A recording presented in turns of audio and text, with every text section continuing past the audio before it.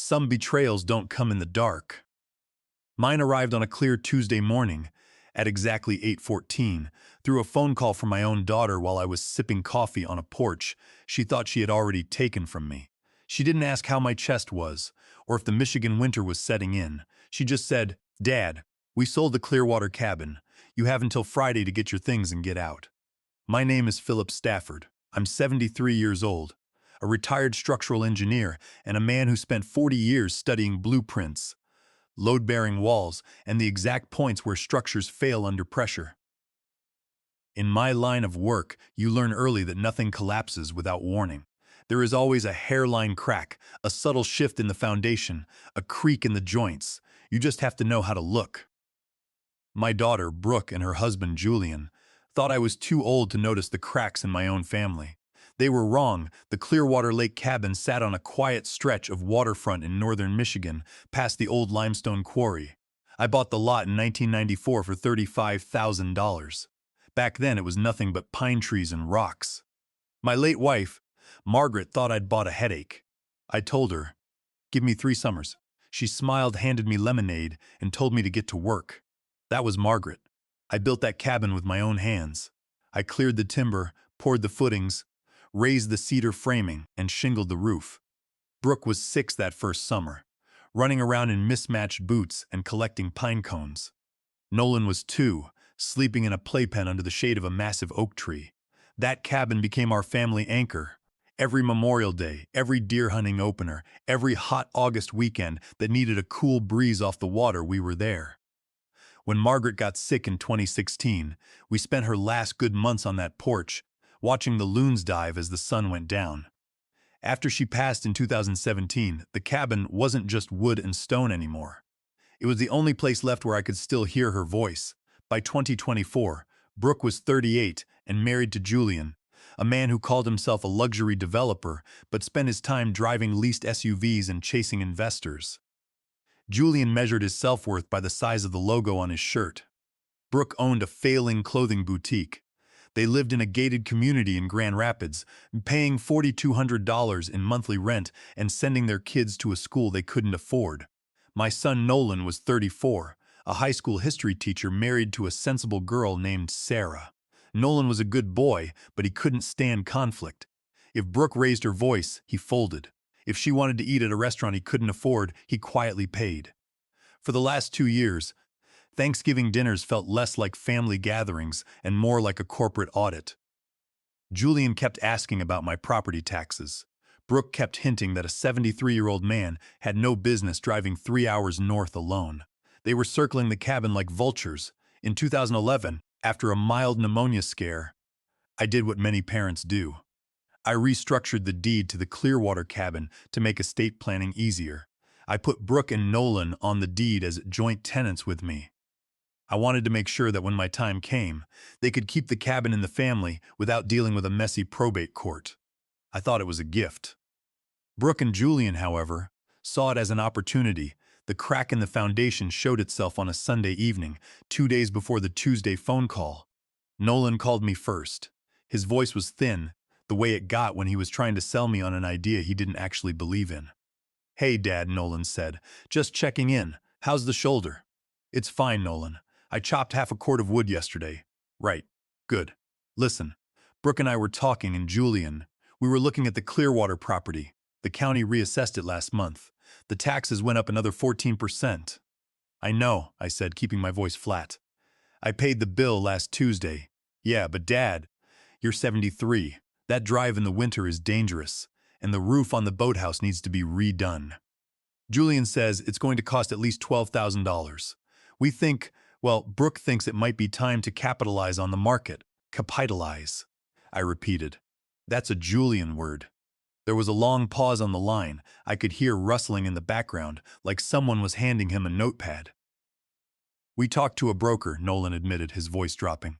"Bruce Caldwell from Caldwell Realty. He says the Clearwater place is worth $410,000 in the current market. He thinks he has a cash buyer from Chicago ready to move." "You talked to a broker before you talked to me?" I asked. "Dad, we just wanted to get the facts first," Nolan stammered. "Brooke says it's the responsible thing to do. Julian says we can split the proceeds 3 ways. You'd get over $130,000. You could move into that retirement community near Heritage Hill. Put Brooke on the phone, I said. A brief scuffle, then Brooke's sharp, confident voice came through the receiver. Dad, don't get defensive. We're looking out for you. The cabin is too much work for you, and honestly, the money would help everyone. Julian has a new project, and Nolan needs to upgrade his car.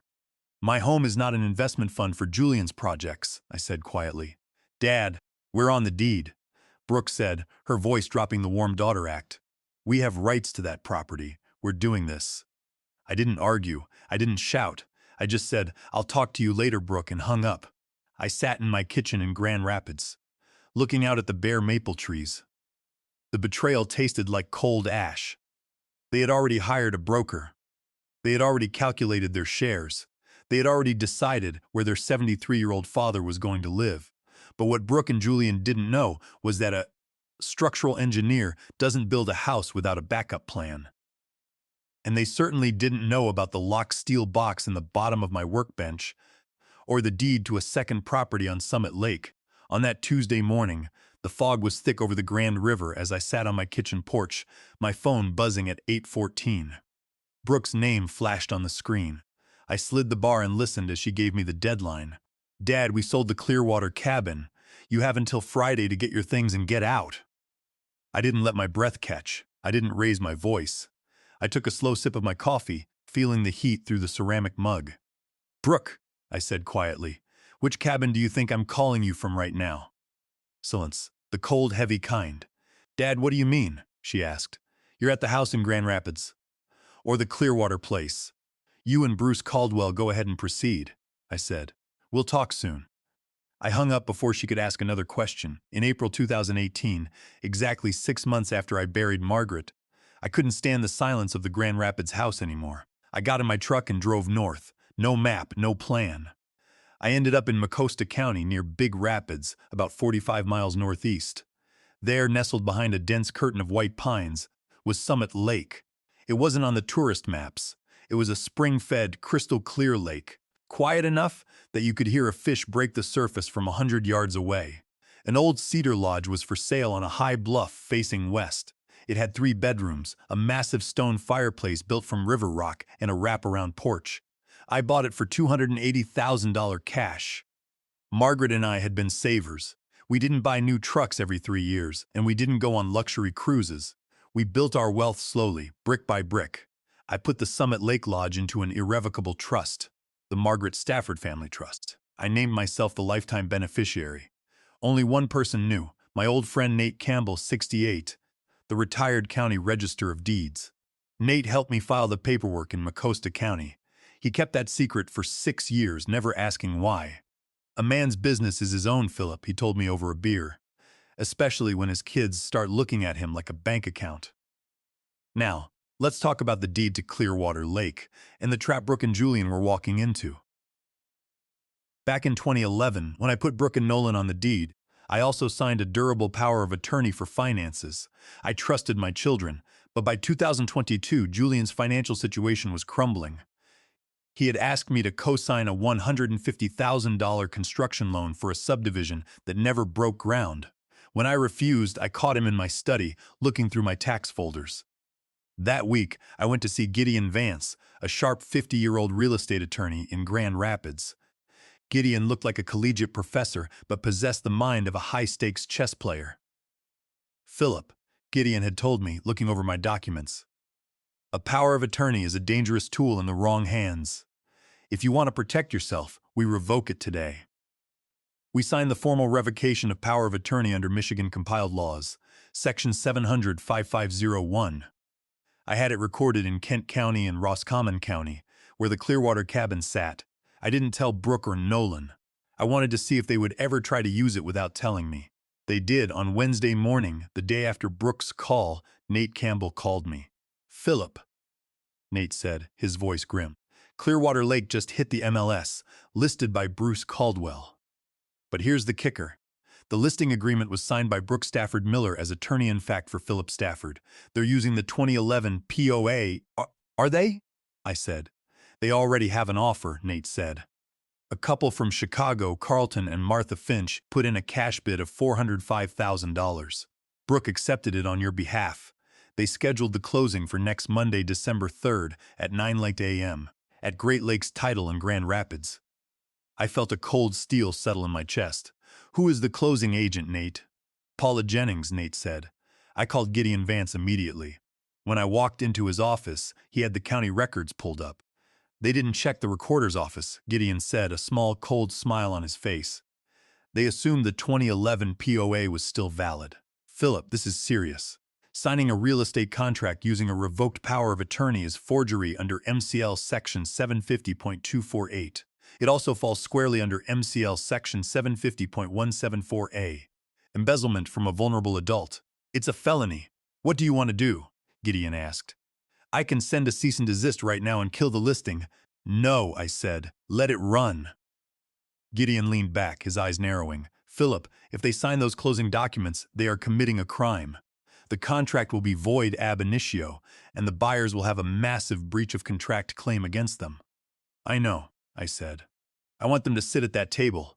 I want them to think they've won. I want them to see the structure collapse.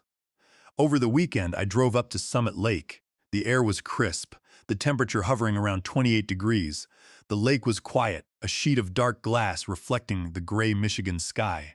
I sat on the wraparound porch of the Cedar Lodge, wrapped in a heavy wool blanket, and watched the sun sink behind the pines, painting the clouds in shades of gold and deep violet. I thought about Margaret. I thought about how we had built our life together, step by step, never taking shortcuts. My phone buzzed on Sunday night. It was Nolan. Dad, we need to make sure you're at the title office on Monday morning at 9, he said, his voice shaking slightly. Brooke says we need you there to sign the transfer tax documents. It's just a formality. We've got the closing scheduled. I'll be there, Nolan, I said. You're not mad? He asked, sounding like a child looking for reassurance. I'm not mad. Nolan, I replied. I'm just prepared. He didn't know what that meant. He hung up, probably relieved. I called Gideon Vance. We're set for Monday morning, I told him. I'll have my briefcase packed, Gideon said. This is going to be quite a show. I went to bed early that night. I slept like a baby. When you know exactly how the structure is going to fall, you don't worry about the wind. The Great Lakes Title office was located on the third floor of a modern glass and steel building on East Beltline Avenue in Grand Rapids. It was a sterile, quiet place where large sums of money changed hands with very little ceremony. The air smelled of expensive carpet cleaner and burnt espresso. I arrived at 8:45 a.m., 15 minutes early. I sat in a leather armchair in the lobby, holding a paper cup of black coffee that I didn't plan on drinking. I wanted my hands to be steady, and they were. At 8:55, the elevator doors slid open. Julian walked out first. He was wearing a slim-cut Italian suit, his hair slicked back, speaking loudly into a Bluetooth earpiece about a concrete pour. Brooke was right behind him, wearing a cashmere coat and carrying a designer handbag that cost more than Nolan's monthly mortgage. She looked victorious, like a general arriving to sign a treaty. Nolan walked behind them like a ghost, his hands stuffed deep into his pockets, his eyes fixed on the gray carpet. When Brooke saw me, she stopped. She gave me a tight, rehearsed smile. Morning, Dad. Glad you made it. I was worried you'd forget. My memory is fine, Brooke, I said, standing up. Never better. Julian finished his call, tapped his earpiece, and offered me a hand. His handshake was dry, brief, and meant to show dominance. Philip, good to see you. Let's get this wrapped up. I've got a noon meeting with my excavators. We were ushered into Conference Room B. A large mahogany table sat in the center. The buyers, Carlton and Martha Finch, were already seated. They looked like decent people, retired professionals from Chicago, wearing matching fleece jackets and holding brochures of Clearwater Lake. Bruce Caldwell, the broker, sat at the head of the table. He was a round man with a gold watch and the eager grin of someone who had already spent his 6% commission. Paula Jennings, the title officer, sat next to him, her fingers clicking rapidly across a keyboard, organizing stacks of white paper. We took our seats. Brooke sat directly across from the Finches. Julian sat next to her, tapping his pen on the mahogany. Nolan sat at the far end, as far away from the center of gravity as possible. I sat next to Nolan. Well, Bruce Caldwell said, rubbing his hands together. This is a beautiful day. We've got a clean title, a cash buyer, and a quick close. Let's get these signatures out of the way. Paula Jennings pulled the first stack of documents forward. We'll start with the seller disclosures and the transfer tax affidavits. Since Brooke is signing as attorney-in-fact for Mr. Philip Stafford under the durable power of attorney, we'll need her signature on these lines, along with Nolan's. Brooke reached for the pen. Julian leaned forward. Yeah, the wire instructions are already set up. My office verified the routing numbers with the bank this morning. The funds should clear by 2 p.m. It really is a beautiful cabin. Mr. Stafford, Martha Finch said, looking at me with a warm smile. We promised to take good care of it. I looked at her. It is a good cabin, I said. I built it to last, but I'm afraid you won't be staying there. The room went quiet. The only sound was the hum of the HVAC system. Brooke paused, her pen hovering an inch above the paper. Dad, what are you talking about? Don't start this now. Philip, Julian said, his voice dropping into that warning tone he used when he was losing his patience. We discussed this. The deal is done. Let the women sign the papers. I stood up. I didn't do it quickly. At 73, you learn to take your time. I pulled my phone from my pocket. I had a text from Gideon Vance. I'm right outside, Bruce, I said, looking at the broker. Did your office pull the updated title binder this morning? Bruce blinked. Of course we did. It was pulled 3 weeks ago when we went under contract. 3 weeks ago is not this morning, I said. I walked to the door of the conference room, opened it, and gestured. Gideon Vance walked in. He was carrying a thick black leather briefcase, his expression completely neutral, the way a surgeon looks before he makes the first cut. Brooke's eyes narrowed. Dad, who is this? We don't need another broker. This is Gideon Vance, I said, sitting back down. He's my attorney, and he's here to explain why none of you are signing anything today. Gideon Vance set his briefcase on the table, popped the brass latches, and pulled out a single sheet of paper. He slid it across the mahogany, directly to Paula Jennings, the title officer. Ms. Jennings, Gideon said, his voice calm and resonant, that is a certified copy of a revocation of power of attorney executed by Philip Stafford on October 14, 2022. It was recorded in Kent County and Roscommon County the following day. Paula Jennings picked up the document. She adjusted her glasses, her eyes scanning the page. The clicking of her keyboard stopped. Julian snorted, leaning back. So what? That was 2 years ago. We have a later one. Wait, no. The POA we're using was signed in 2011. It's durable. Gideon Vance looked at Julian with the pity a chessmaster reserves for a novice. Mr. Miller, a revocation terminates the power of attorney immediately. You cannot use a 2011 document that was legally extinguished in 2022. The revocation is public record. Your broker, Mr. Caldwell, had a fiduciary duty to verify the chain of authority before listing this property. He failed. Bruce Caldwell's red face went white. He grabbed the document from Paula Jennings' hands. Brooke stood up, her expensive handbag slipping off her lap and hitting the floor. Dad, what is this? You signed that POA. You wanted us to handle things. I signed it when I trusted you, Brooke, I said. I revoked it when I realized what you and Julian were. The temperature in conference room B dropped instantly. Julian stood up, his face red, towering over the mahogany table. This is a technicality. Philip is a co-owner, yes. But Brooke and Nolan own 2/3 of that cabin. They have every right to sell it. Gideon Vance didn't flinch. He adjusted his cuffs, his voice remaining smooth as polished stone. Mr. Miller, as a developer, you should know better. Under Michigan real estate law, a joint tenant can convey their individual interest, which severs the joint tenancy and creates a tenancy in common. However, you cannot convey the fee simple title of the entire property without the written consent of all owners. More importantly, your wife signed a purchase agreement to sell the entire property, representing herself as the attorney-in-fact for her father. Gideon leaned forward, placing both hands flat on the table. She did so using a revoked document. In Michigan, that is forgery under MCL Section 750.248. Because Philip is 73, attempting to sell his asset without consent is embezzlement from a vulnerable adult under MCL Section 750.174A.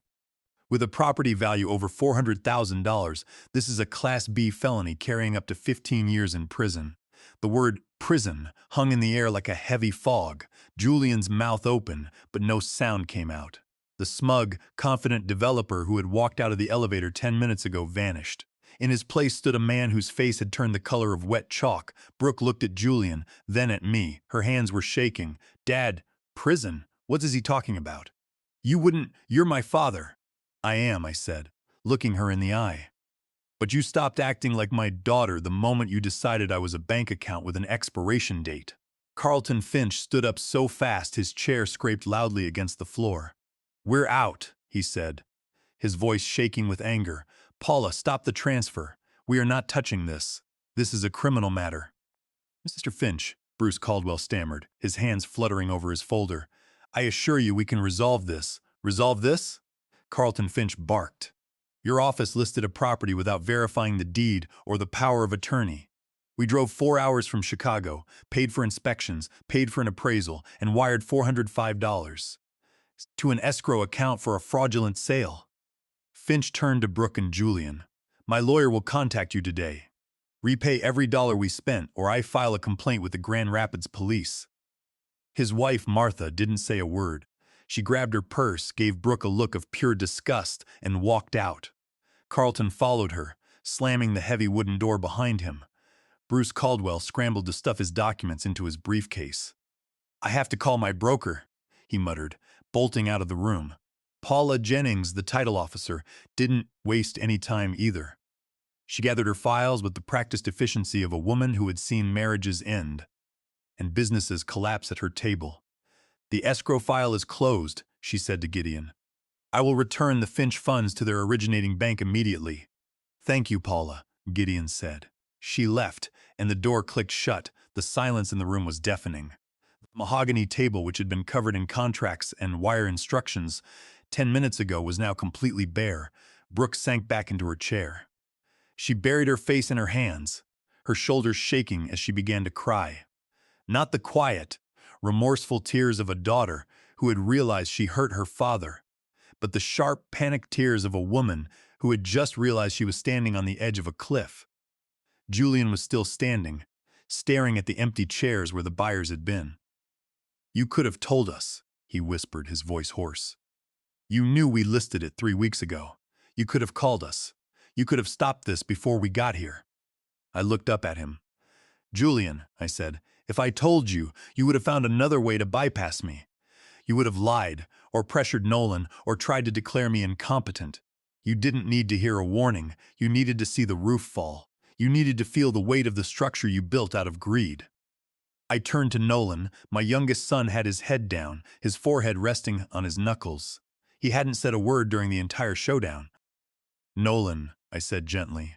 He didn't look up, but I saw a tear drip onto the polished wood of the table. Gideon Vance stood up, gathering his documents and placing them back in his briefcase. He looked at me and gave me a quiet nod. "I'll be in the lobby, Philip. Take your time." "Thank you, Gideon," I said. He walked out, closing the door behind him. It was just the 4 of us now. The Stafford family, or what was left of it. Brooke took her hands away from her face, her eyes red and mascara-stained. "What happens now, Dad? Are you going to have us arrested?" "I'm not going to do anything, Brooke," I said, my voice quiet in the empty room. "The Finches are going to file a lawsuit for breach of contract. Gideon estimates their damages, appraisal fees, inspection costs, travel, and legal expenses will run around $25,000. You and Julian will have to pay that. If you don't, they will take this to the county prosecutor.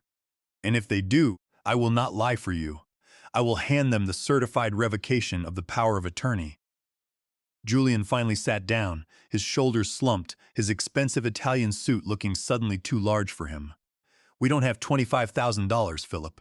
My cash is tied up in the Rockford development. Brooks Boutique is—" "Then you'll have to sell your Mercedes, Julian," I said. "Or take out a second mortgage on your house. That is your problem, not mine." Nolan finally looked up. His eyes were bloodshot, his face pale. "Dad, I didn't know the POA was revoked. I swear. Brooke told me you wanted this. She said you were starting to slip, that you forgot where you put your keys last month, and that we needed to act before you lost your mind entirely." I looked at my son. "And you believed her, Nolan? Or did you go along because saying no was too hard?" Nolan couldn't answer. He looked back down at the table, his shoulders shaking. I reached into my breast pocket and pulled out 2 documents. I laid them flat on the mahogany table.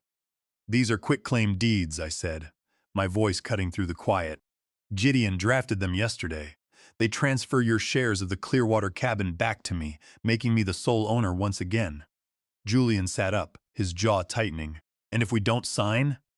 Gideon Vance answered for me, his voice carrying the cold weight of a judge's gavel.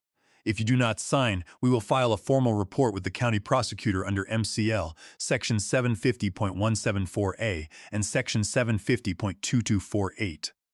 The title company and the broker will also be forced to file their own reports to protect themselves from liability. You will be facing felony charges before the week is out.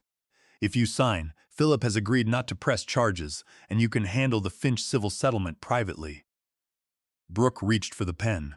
Her hand was shaking so badly she dropped it once, before signing her name on the line.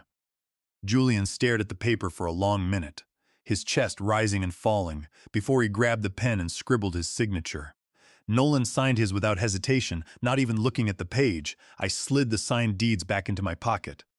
"Now," I said, "let's talk about what you actually lost today." Brooke wiped her eyes with a tissue. "We lost the cabin, Dad. We get it. You made your point. You didn't just lose Clearwater, Brooke," I said. "You lost Summit Lake." Brooke looked up, frowning. "What is Summit Lake?" "A property I bought 6 years ago," I said. "A cedar lodge sitting on a high bluff, facing west. It has a stone fireplace, 3 bedrooms, and a sunset that will make you believe in something again. Last month, I had it appraised." Gideon's appraiser valued the property at $1.4 million. The number hit the room like a physical blow. Julian's head snapped up, his eyes widening. Brooke stared at me, her mouth slightly open. "That lodge," I continued, letting every word breathe, "was held inside the Margaret Stafford Family Trust. It is an irrevocable trust. My original plan was for the property to be inherited by the two of you, split equally. You would have had a $1,400,000 estate to share, to pass down to your children." I leaned forward, looking directly at Brooke, then at Julian. "But you got impatient. You wanted cash, and you wanted it now. You listed Clearwater behind my back to get $405,000. Split 3 ways. That would have been $135,000 each. You threw away a $1.4 million inheritance to chase $135. Julian made a low, strangled sound in the back of his throat. He put his hands on his knees and looked at the carpet, his chest heaving. Brooke just stared at me, the reality of what she had done finally crashing down on her. "Yesterday morning," I said, "I updated the successor beneficiary designations for the trust. When I am gone, the Summit Lake Lodge does not go to you. It goes to a Great Lakes Forest Preservation nonprofit run by Nate Campbell's daughter in Madison. They will preserve the land, keep it wild, and make sure no developers like you ever put a bulldozer on it." "Nolan," I said, turning to my son, "I know you were dragged into this, but you are 34 years old. You are not a boy. You went along with a lie because it was easier than standing up to your sister. That has a cost." Nolan nodded quietly, the tears running down his face. "I know. Dad, I'm sorry." I stood up and buttoned my heavy wool coat. "You're still my children," I said. "That doesn't have a deed, and it's not held in a trust. Nobody can list it, sell it, or sign it away. But trust has to be earned back. Brooke, call a lawyer today to handle the Finches. Julian, start listing your car. And Nolan, go home and think about who you want to be." I walked out of the conference room. Gideon Vance followed me, snapping his briefcase shut. We walked out of the glass building and into the cold, crisp December air. The wind felt clean against my face. "You're a tough man, Philip," Gideon said as we reached our trucks. "I'm a structural engineer, Gideon," I said. "I just know how to clear the rubble before I start rebuilding." He smiled, shook my hand, and got into his car. I drove north, past Big Rapids, past the county road where the white pines blocked the gray sky. 45 miles from Grand Rapids. I turned down the gravel path and pulled up in front of the Summit Lake Lodge. The water was still, reflecting the gold and purple of the setting winter sun. I sat on the west-facing porch, a mug of fresh black coffee in my hands. The quiet was thick, peaceful, and mine. "Margaret," I murmured, raising my mug to the water, "this one is yours, always was. The Clearwater Lake cabin still stands past the old limestone quarry. The deed is back in my name, just mine. Brooke and Julian paid the $25,000 settlement to Carlton and Martha Finch. To do it, They had to sell Julian's Mercedes SUV and take a high-interest line of credit. Brooke's boutique is closed now, and they are working through their marriage, which is exactly what they deserve to work through. Nolan called me the following Sunday. He didn't ask for money, and he didn't bring up the cabin. We just talked about his history class, the Michigan weather, and a deer he saw in his backyard. We talked for 40 minutes. It was a start. Bruce Caldwell is currently under investigation by the Michigan Department of Licensing and Regulatory Affairs after the Finches filed a formal complaint against his real estate license. The Summit Lake Lodge remains exactly where it has always been, protected in a trust that no one can touch. When my time comes, it will go to people who will love it and keep it wild. Nate Campbell came up last weekend. We sat on the porch, watched the ice form at the edges of the water, and didn't say a word for hours. That's the thing about real friends and real places. They don't need a lot of words, they just need to last. And this one will.